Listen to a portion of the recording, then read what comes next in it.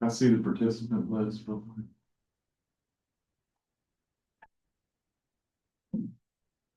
Group. Good. I'm here. Howdy, Sarah. Hello. I'm actually going to be driving for part of it, but at the moment I'm still in my office, so I thought I'd just start on my phone. Be careful, because you know this will be overly exciting. I just Cause you I to think took off the road. I'm just going to do the audio and I'll review the slides later. Okay, perfect. That's good. That's cool. We're at 11:01. Let's rock and roll. So we're good. I'll just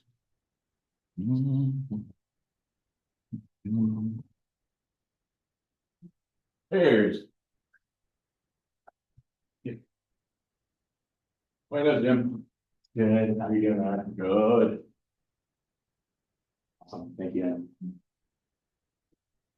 FaceTime on things on your end. Good. Staying busy.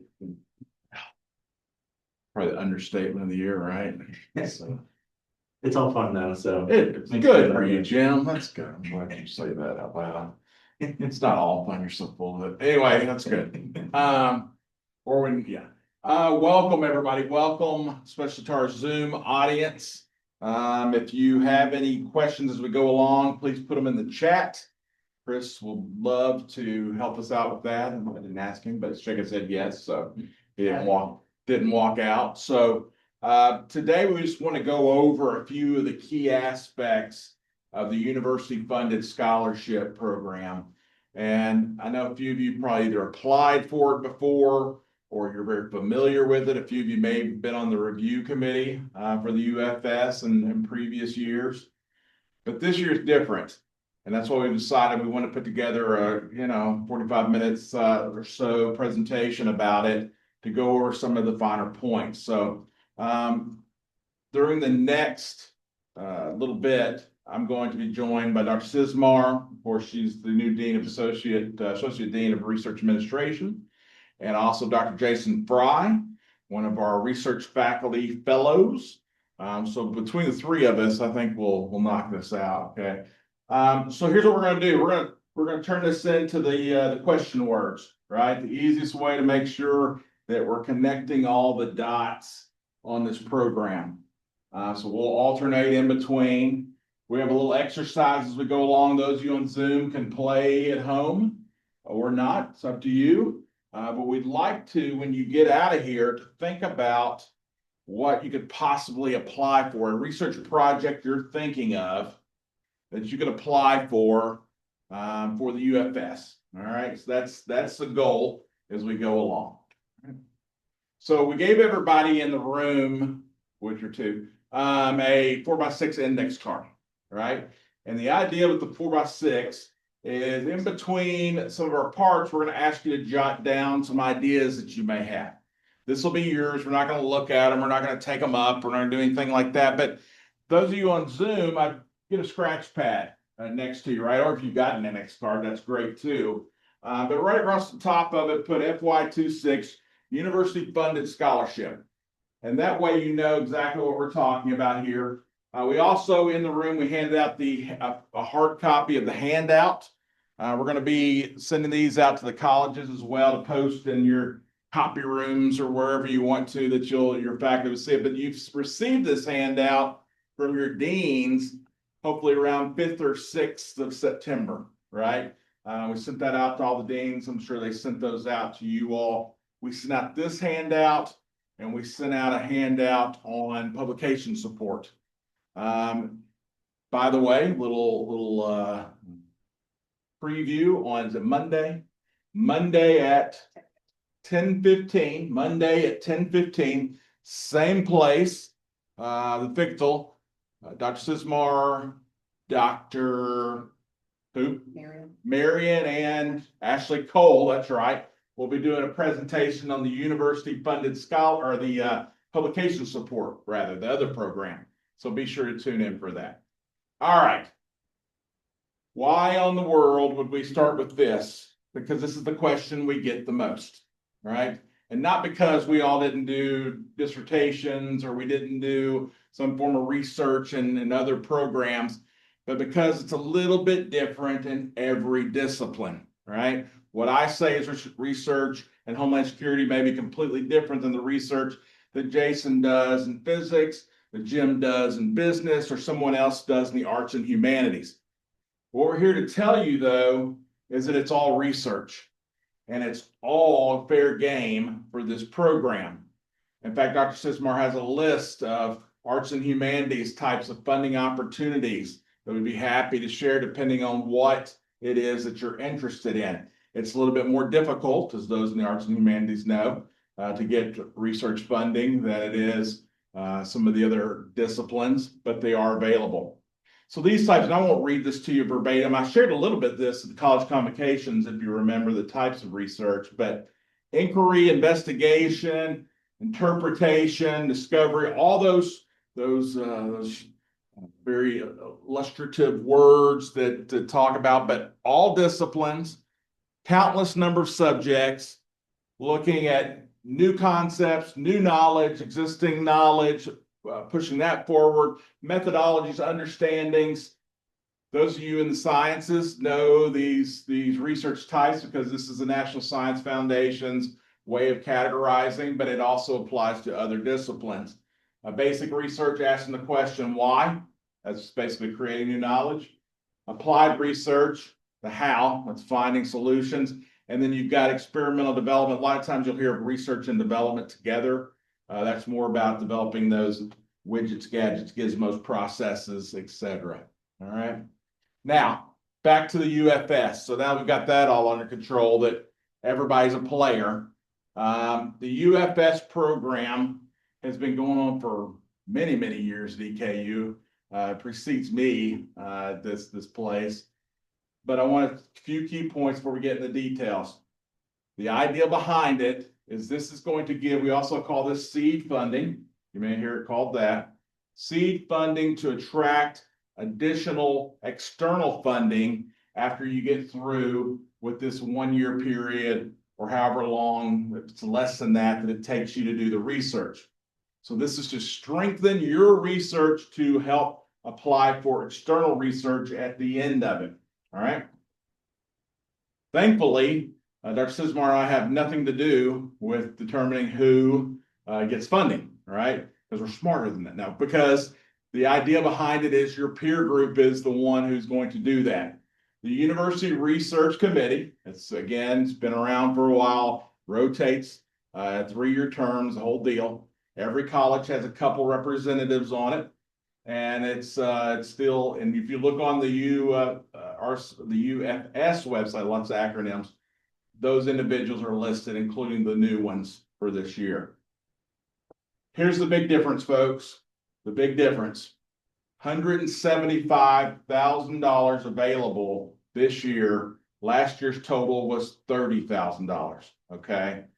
We anticipate $15,000 up to $15,000 major awards. So 10 faculty members receiving up to $15,000 each. And then we have these mini awards that we'll talk about a little later that are a maximum of $3,000. Okay. Right now, the cycle that we're in, and you'll hear about it. Remember Halloween, we'll get to that. The period of performance is 1 year, 1 year on that. Right. So on this, think about a research project. You don't have to write the abstract of it. Just think of some words that you think you could use $15,000 up to further develop, and think about the external research source that you have for that. So think through that as you're going along that. Put it in context for yourself. I find if I have something to put in context, it's a little bit easier to understand the actual message of it. I'm going to turn it over to Dr. Cizmar. Thank you. All full-time faculty are eligible to apply. This would not be applicable, though, to part-time faculty, adjunct faculty, people who are visiting.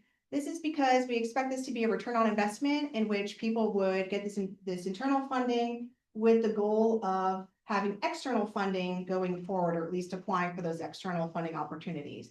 And so as it's something that would be multi-year, we're looking for people who are full-time tenure track, library faculty, et cetera, to apply for this.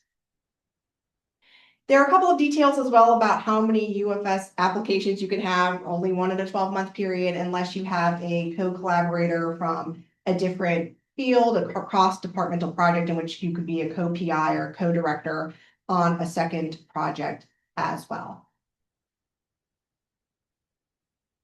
And so as we go thinking about, again, our project that we want to do, here's your opportunity to put in a couple of words that would help you to think about what kind of project you would have given the eligibility, and thinking about whether there would be any interdisciplinary or cross-departmental types of collaborations perhaps that you would want to build in here as well as you are thinking about your potential project.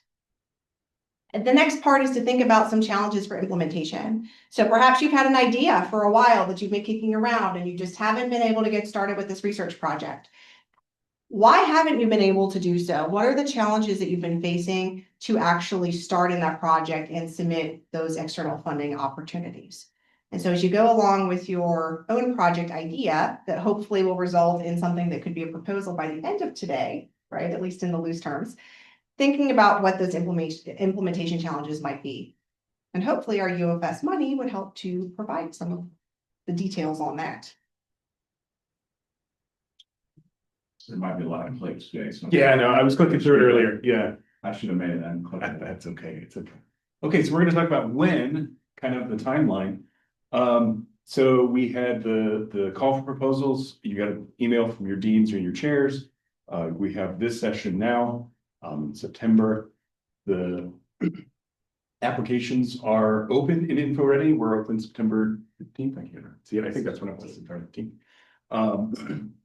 And they're due October 31st. I'm just gonna click all the way through. There we go, October 31st. So note that you may need your chair's approval, depending on which award you apply for. So make sure you get it in a little early. Suggesting at least 24 to 48 hours earlier. After the submissions have been submitted, the URC meets in November, where the committee will go over the proposals and convene for discussion and do a ranking. Then the application notification will be sometime in December. So you can either get awarded, rejected, or revise and resubmit. We'll talk about that in the next slide. So that's in December, and then the award period is from January 1 to January 1 the following year. So that's January 1, 26 to January 1, 27. And a note here that in certain situations, there could be a no-cost extension if something is well justified in the project. So we said, where are we going?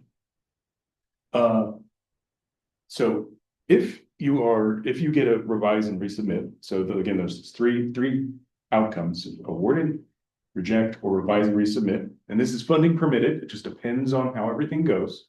But if you have that, you can revise and resubmit. So you'll get comments back. You can make revisions. You can resubmit. That's on the 2nd of March next year.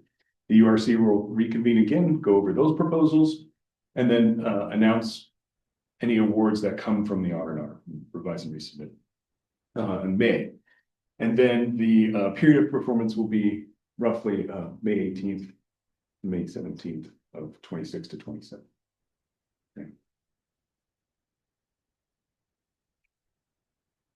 Okay. So the proposals are due October 31. If you need chair's approval, you need to talk to your chair. And I think, Anne, we're even going to allow people to talk with you about the proposals, right? There's, what do we call it? Yeah, for major reports. Yeah. So, we're here to help, right? We don't want this to be a barrier. So you can talk to folks in SPRA. Okay. And everybody can talk to us, but for people who want to get maybe like a preview look at their application Yes. in advance, that would be great. That would be for major. And you were saying something like at least 5 days. 5 days. I was gonna say at least 5 business days before to get everything. Yep. So that's possible as well. And I've used that before and it was very helpful. So, where to get this information? So you should all have gotten this flyer, that has the nice QR codes on there. Now on the eku.edu/research, you can find the UFS website, under one of the links there. And InfoReady, if you haven't gone through InfoReady yet, that's the site that we use to submit any awards and grants. Someone in the chat asked you to repeat what you just said about the timeline, I think. Sure. So, in terms of the timeline for the R&R, Or do you mean the? or the timeline for pre-reviewing the Pre-reviewing? proposals? Pre-review. Perfect. So for the mini awards, you're obviously welcome to talk to us, and we can answer questions about that. For the major awards, we'll actually pre-review it as long as you submit it 5 business days in advance of the October 31st deadline. Then somebody in our office will actually go through it and see if there are any issues with compliance, problems that we identify, and send it back to you so that you could still get it resubmitted with those changes by the 31 October deadline. That will not be a subject matter, a content, it'll be, you have the required PMO Plans, sales. yes. Yes. And so Dean Baggett helpfully clarified, right? We're not subject matter experts. And so we will not be reviewing it for the subject matter content, but to make sure that it's compliant, that it has all the components and parts, that you've done your budget correctly, et cetera. Yeah. Okay. There another one in the chat? Oh, they just said things. Okay, great.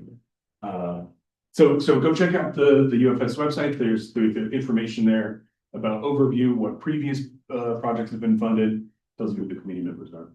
On InfoReady, here's in a little bit more detail. So InfoReady is a really nice platform. That's where you submit all the awards and grants.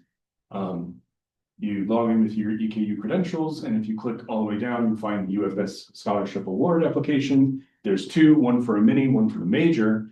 And there's 2 tabs in the upper left corner for details, where you'll be able to find the supporting documents. So you should be able to download the award guidelines, the application template, so that's in a Word doc, and the budget form, which is in a spreadsheet. And the budget form is really nice. You've done a great job getting that all calculated out. So once you put in your numbers, it calculates everything out, adds everything up for you.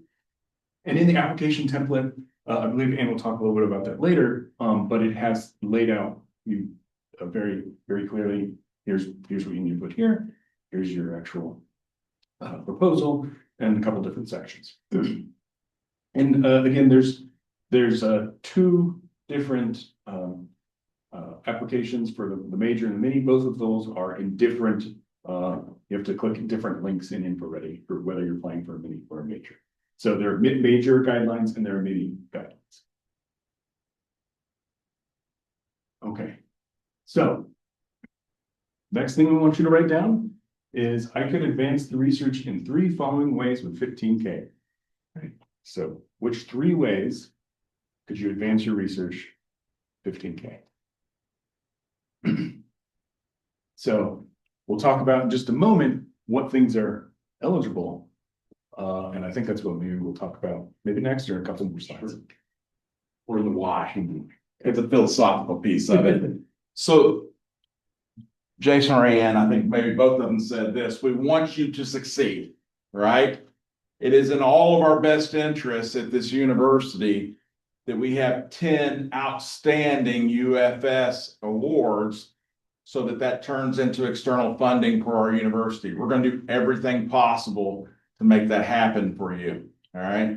So this is the why question, right? This is the reason we're academics, because we know the why. We talked through this. So this isn't anything you don't know, but there's societal pieces to research.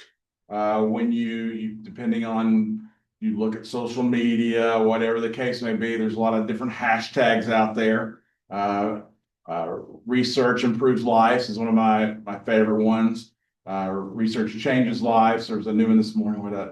Anyway, today is National Research Administration Day. We planned that completely to coincide, but it's actually international, not just national. So you can see the societal pieces that you all know that, and you know why it's important for your discipline. For our faculty and students, we've said it over and over again, and I said it to every single convocation. We are unapologetically a teaching institution. However, research guides teaching, as you all know, right? It makes us stronger. It makes our courses stronger. It helps our students. It involves students in the research is even better. And the number one reason at EKU that faculty do research is to involve students over time and time again, overwhelmingly. For the university, we have this strategic priority. The president talks about it just about every time now that he gets any audience for this, which is outstanding. Because folks, we've got to change culture at the university. The last 10 years, research hasn't been something that has been talked about, quite frankly, in any detail, in any public function. It was just something that kind of loomed in the background. If you wanted to do it, that's fine. Culture is important, and we're going to do everything we can to start changing that. That's why the president and the provost put up the $250,000 for faculty in these investment areas. So we're going to be looking at changing that at EKU. Now, you might have seen this slide. I presented this. If you're on Faculty Senate, I presented this last April. It's been updated ever since. But if you're wondering, well, where's this $250,000 going? It's important to me to always be as transparent as possible. So the research seed funding, you'll see that's what we're talking about, the upper left-hand corner. That's what we're talking about here today. Again, told you that went from 32 to 175. We have some cash match. If you've done grants, you know what that is. But we also, a lot of times when you do match on grants, it's an in-kind match. We do some of that. That's more popular with many. But we do have some money for cash match and a little bit of startup funding for research for some new faculty as well that we'll be getting rolling for that.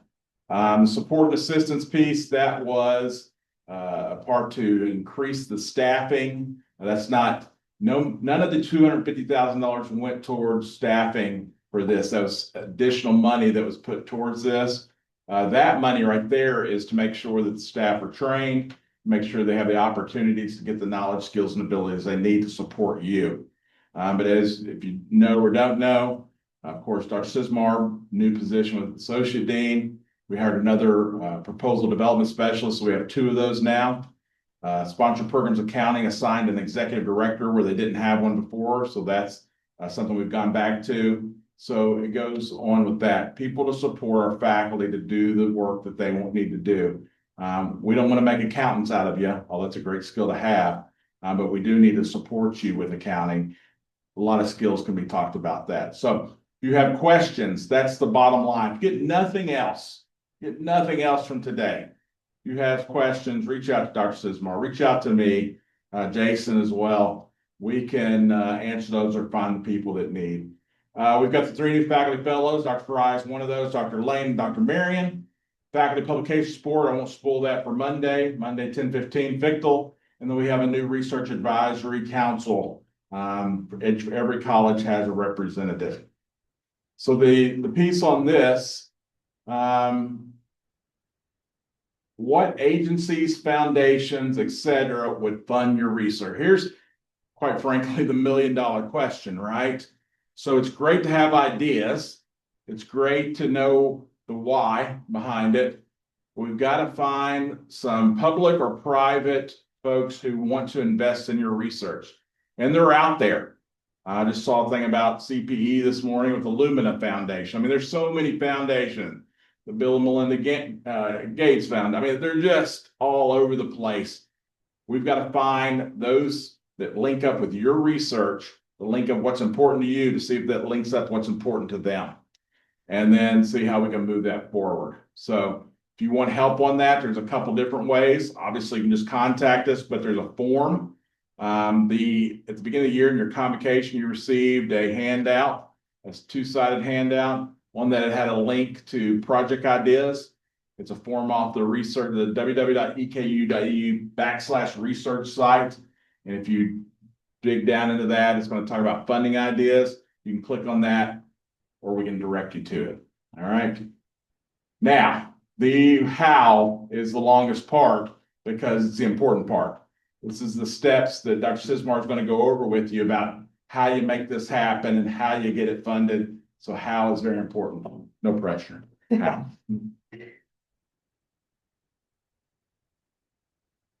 As Dr. Fried already mentioned, it's info ready that you'll use to submit your application, and all of the guidelines for both the major and mini awards are found through info ready. If you don't know how to get to info ready, you just go to EKU Sponsored Programs and Research Administration page. And then in the top left-hand corner, there is a little link that says info ready review. And so you'll click that, it will take you to info ready, and you'll navigate your way to the university funded scholarship competitions. That's what info ready refers to them as, the competitions for this fiscal year. There's both a major award and a mini award. The major awards, as we mentioned, are up to $15,000. The mini awards are up to $3,000.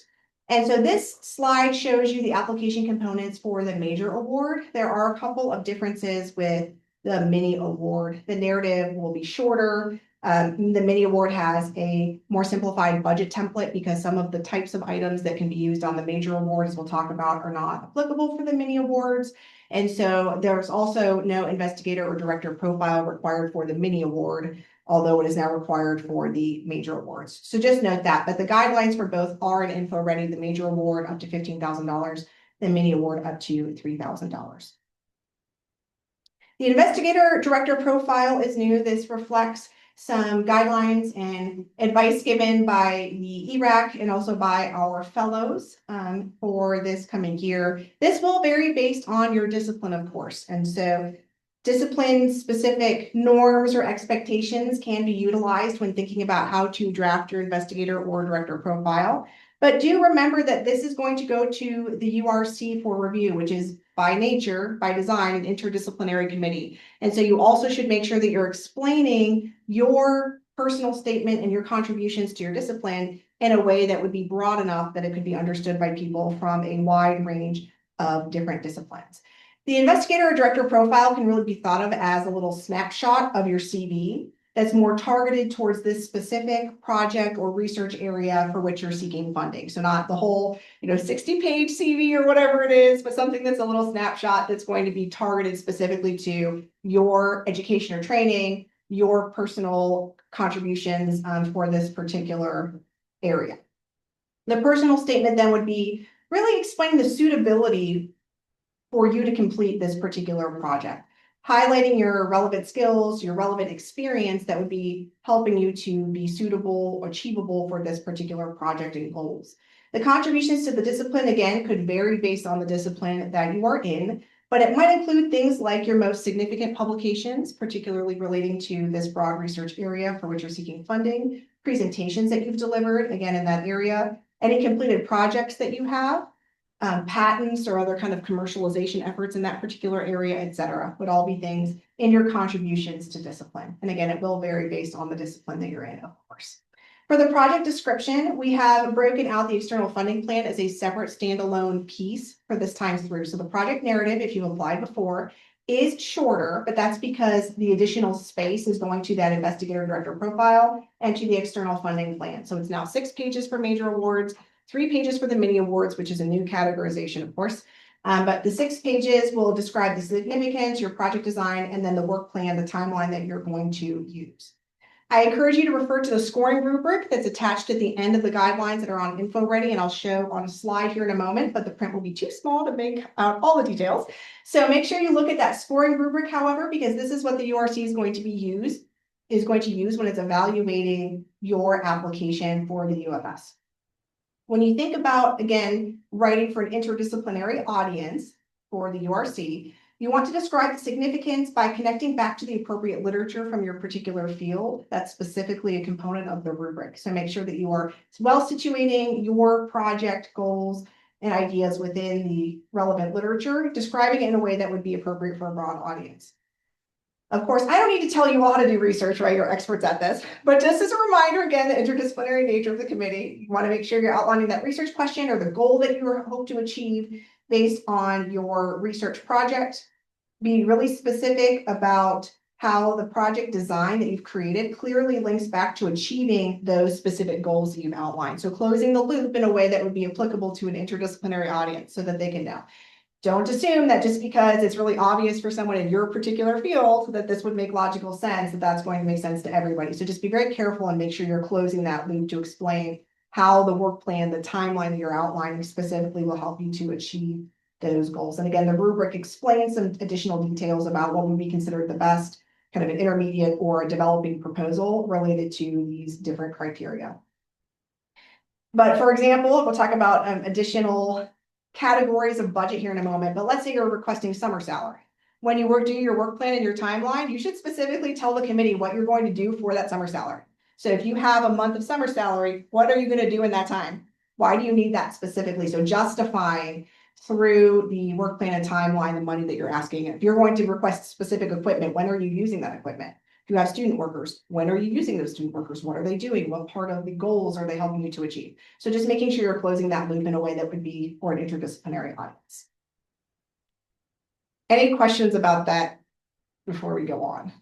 And then again, that external funding plan is where you are going to be particularly articulating what are the potential opportunities, who is the sponsor, what is the funding opportunity that you would be able to apply to based on the seed funding that you've received up to $15,000 from EKU, or $3,000 in the case of the mini awards. Is it the Spencer Foundation? Is it an NSF award? Is it an NIH award, etc.? So helping to put in those details, and that is the heaviest weighting on the rubric that will be used to score your proposals. It's 30% of the rubric. So make sure that you are clearly articulating that in the document. In terms of the budget, things we probably get the most questions about in our office. So for the mini award, it will not have the summer salary or the reassigned time components or the equipment. And so those will not appear in the mini awards. I'm happy to talk more about it. But the other components about student wages and fringe, travel for research, supplies, that's non-capital equipment, etc., those are permissible under the mini award. For the major award, we have these couple of new categories that were not previously awarded based on our more limited funding in the past. So we now have an opportunity for faculty summer salary. It's 1 month total or 2 half months of summer salary, up to a maximum of $10,000, including the fringe rate. And so it will be a max of $10,000 that could be used of the $15,000 for that summer salary. And you do need to include the fringe rate on there. It is on the EKU sponsored programs most commonly needed information website. It's 20.9% right now for the summer. And so you'll need to include that and calculate that as well, up to $10,000 maximum. Or you can apply for reassigned time. It's one or the other. You can't get both summer salary and reassigned time, but you could get one of those two things should you want to build that into the budget for your proposal. The course reassigned time would be 1 course in 1 semester. It does require chair and dean approval. We have no ability to unilaterally grant you course reassigned time, nor do we have any say in which course gets reassigned. Say that one more time, man. Okay, so I'm going to say it again for the folks in the back. Make sure that you know that we cannot unilaterally give you course reassigned time. So you need your chair and dean to approve of the course reassigned time, and we also do not control which course gets reassigned. So I can't promise you which course it's going to be out of your load, right? Your chair and your dean have to be responsible for faculty workload. And so they're the ones who will make those determinations, and they need to approve any of those details. But if you have approval, then we can have that faculty course reassigned time for the major awards in the UFS. Note a couple of things as well. As you go through, travel here does not mean travel for dissemination of research findings. Travel here specifically pertains to travel that is needed to conduct the research itself. And so that is what we mean by travel in this particular case. Supplies as well would not be general supplies like a laptop or software that's already provided through some other means from EKU, or just some sort of general equipment that you would ask for. It has to be specific to your research project for the UFS. And that is where your descriptions in the narrative and in the budget are really critical to helping people understand what you're going to do with the money and with those particular supplies. We do still permit capital equipment requests. That's equipment that's more than $5,000 under the major awards for the UFS, but please note that this is a 2-to-1 match. And so if you want to request a piece of equipment that's $5,000, you need a $2 for every $1 we supply from UFS, $2 match from another source like a department budget or a college budget. So you can't ask for that capital equipment, but it is a match situation, 2-to-1 match.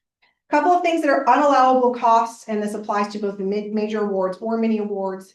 This does not cover anything related to student scholarships. It will not cover anything that is a general purpose item like a laptop or just general software that's not specific to this research project. It does not cover any professional development or training types of expenses. You cannot hire EKU, non-EKU collaborators or consultants and pay them with this money, et cetera. And there's a full list of unallowable costs given in the UFS applications, both for the major and mini awards, but those are questions that we do sometimes get about, can I use it for this? And so make sure that you're looking at the allowable costs. Questions about that before I go on? And again, we're happy to talk with you more about budget. Please reach out to our office. You can contact me directly. You can email research@eku.edu. That routes to the kind of broad office, and then we can triage it to the right person to help you with that as well. So don't hesitate to reach out. We're happy to help and talk with you about it. Here is the rubric that I mentioned. Again, the print is going to be too small for you to see, but you can see the broad categories. And these are the things that are described in the guidelines for the UFS. They link, right? And just note that the external funding plan basically describing what types of agencies you would apply for after you get this fund, and then do your preliminary research or get pilot data or whatever you need to then be competitive for those external funding opportunities. That is 30% of the rubric. So just take note of that. The other piece to remember is we are always compliant in all the things in sponsored programs and research administration. So we will be compliant with our IRB process or with our animal subjects through ICOOC. Make sure that you are planning that into your proposal stage. You do not need to have that IRB approval or ICOOC approval before you actually submit your proposal for the UFS, but you would need it before you could actually do the research. So do think about that if you're proposing any work that would involve human subjects or animal subjects, that you are considering the IRB and ICOOC requirements prior to submitting your proposal. And particularly for some that might be more complicated, you have to think about the fact that you have kind of a 1-year timeline to complete the research. So I don't know, if you need work with prisoners, et cetera, that's a full review process. And we're of course happy to answer questions about that as well. But just keep that in mind. You will not be able to use these funds for human subjects research without getting that IRB approval. Questions about that? Couple other things to remember as well. We are going to offer a one-time no-cost extension possibility for the major awards, but that is pending some extenuating, truly exceptional circumstances. And so otherwise, we do expect that you will have completed your spending and your research for the UFS within 1 year. So you have 1 calendar year to complete your work. For the mini awards, there will not be any no-cost extensions. So if you don't buy your supplies, do your work within that 1 year, you forfeit the funds. So make sure that you are keeping on time with the timeline that you submit to us. Budget revision should also be fairly limited. Planning here in advance is really critical, because if you decide later you want to move things around a little bit because the travel didn't cost quite as much and you're going to buy some more supplies, something like that could be reasonable and we might permit that. Note that it's up to the 10% of any given budget item that could be reallocated to something else via budget revision. So you can't come back later after the UFS has already been awarded to you and the URC is reviewed it and say, actually, I don't want to do any travel. I want to buy equipment. Not going to be approved. Or, I don't actually want to hire student workers anymore. I want to get a summer salary. Not going to be approved. And so make sure that you are planning in advance for those components, because those kinds of things would not be permissible under budget revision for these awards. And then, of course, there's also a final reporting requirement. And there's more detail in the application file, but you have 90 days after the award date has ended, which would be January 1st, 2027 for folks on that cycle. You have 90 days after that to submit your final report and info ready that tells us essentially how you use the money. We also ask that you put an acknowledgement of support into any publications that you might receive or presentations you deliver as a result of the money that you were given from the UFS. And just also helpful to us would be if you would let us know if you do get publications or give presentations or apply for external funding, particularly if you're given external funding, shoot us an email. We want to know that. We want to be able to have that record of our success, and it makes our staff so happy because it feels like all the work they do, which sometimes is just an email and just in like a nameless, faceless kind of portal online. It makes it feel really good that we know we've been able to help somebody achieve their research. So please send us that email and let us know that you have had that success based on it as well. Turn over to questions. A couple of keynotes. You cannot apply for external funding through EKU without going through the Office of Sponsored Programs Research Administration, right? There has to be an authorized official. It sometimes has to go through legal counsel. It has to go through a number of steps before we can apply. So we'll be with you all the steps, all the way for that. But we've had some very few in the past that have applied and said, "Hey, by the way, I got this," and we're like, "Oh gosh, yeah, it's not great. It's not a great thing." So, any questions you have of us? And I know it's a lot, but remember, Dr. Fry talked to you about the InfoReady site. That's where you're going to get the most detailed information, and that's a link on that flyer that you got. On the electronic flyer, you can click on it on this hard copy, and you can, of course, go there with the QR code. But that's going to have that guidelines document. I think it's 11 or 12 pages of that. And it's going to have the templates, right? We tried to pattern this, folks, after a similar what you would do for external funding. So if you've never done this, is a very condensed version of that. But those are the types of things. So you may think, well, that's really rigid. The 10%, that's what grants do, right? That's how those things work. So we're trying to key you up for future success for when we go forward with that. And some of you are pros at grant administration, but some of you are brand new. And we like both of those categories. So, Chris, anything in the chat? Got anything?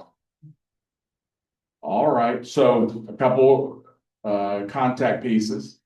research@eku.edu. That's our Question. Go ahead. What is it?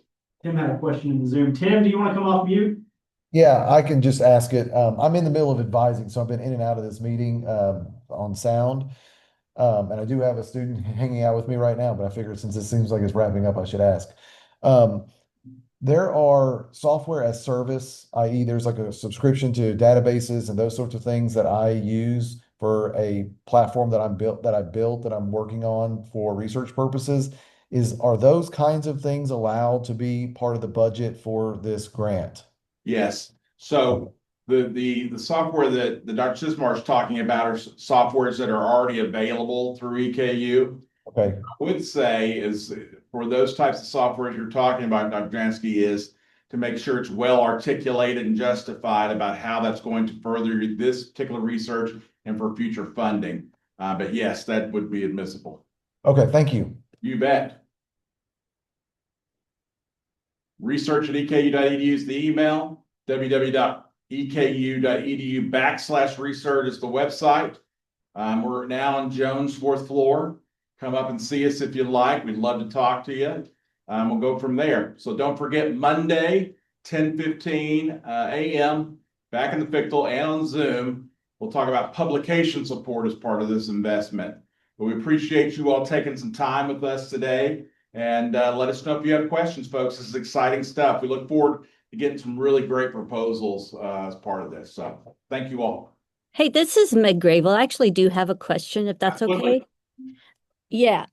So I noticed in one of the slides it indicated that if this UFS award, if you receive the award, you could not apply for any other institutional funds unless you had applied for external funding first. Does the CCIC, does that award count? So I'm asking if I were to apply for the seed money here, get that award, could I apply for the CCIC project funding as well or no? Yes, those are completely separate at this point in time, just because they have a little bit different focus to it. So yes, you'd be good. Okay, thank you. You bet. Good question. All right, folks, we'll stand adjourned. Thank you all. Thanks, Chris. Appreciate you, buddy.